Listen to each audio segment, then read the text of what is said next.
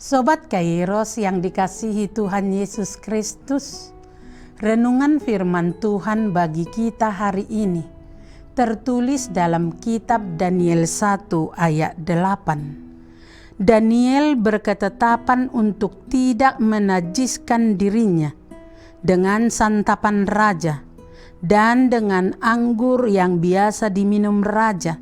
Dimintanyalah kepada pemimpin pegawai istana itu supaya ia tak usah menajiskan dirinya. Demikianlah firman Tuhan.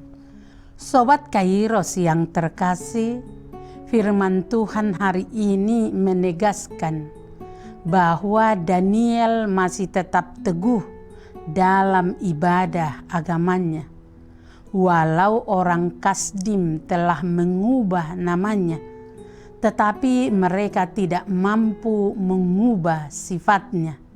Nama apapun yang ingin mereka berikan kepadanya, ia tetap mempertahankan semangatnya sebagai orang Israel sejati. Ia memang mencurahkan pikiran kepada banyak buku-buku, bahkan bersusah payah menguasai tulisan dan bahasa orang Kasdim. Tetapi ketetapan untuk tidak menajiskan diri dengan santapan raja, Daniel tidak mau berurusan dengannya. Begitu juga dengan anggur yang biasa diminum raja. Karena itu, ia mengutarakan maksudnya kepada teman-temannya. Dan keputusan bukan karena sikap merajuk, kesal, ataupun dorongan untuk melawan, tetapi dari asas hati nurani untuk tidak memakan santapan raja dan minuman anggur raja. Mengapa Daniel tidak mau memakan dan meminum dari santapan raja?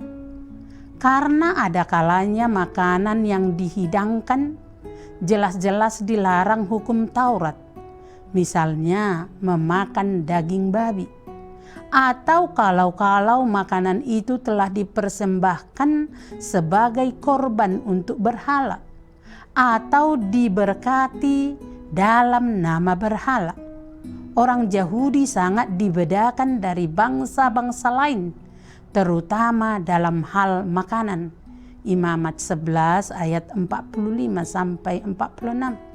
Dan karena berada di negeri asing, Daniel yang saleh ini merasa wajib menjunjung tinggi kehormatan sebagai umat yang istimewa sekalipun di negeri asing.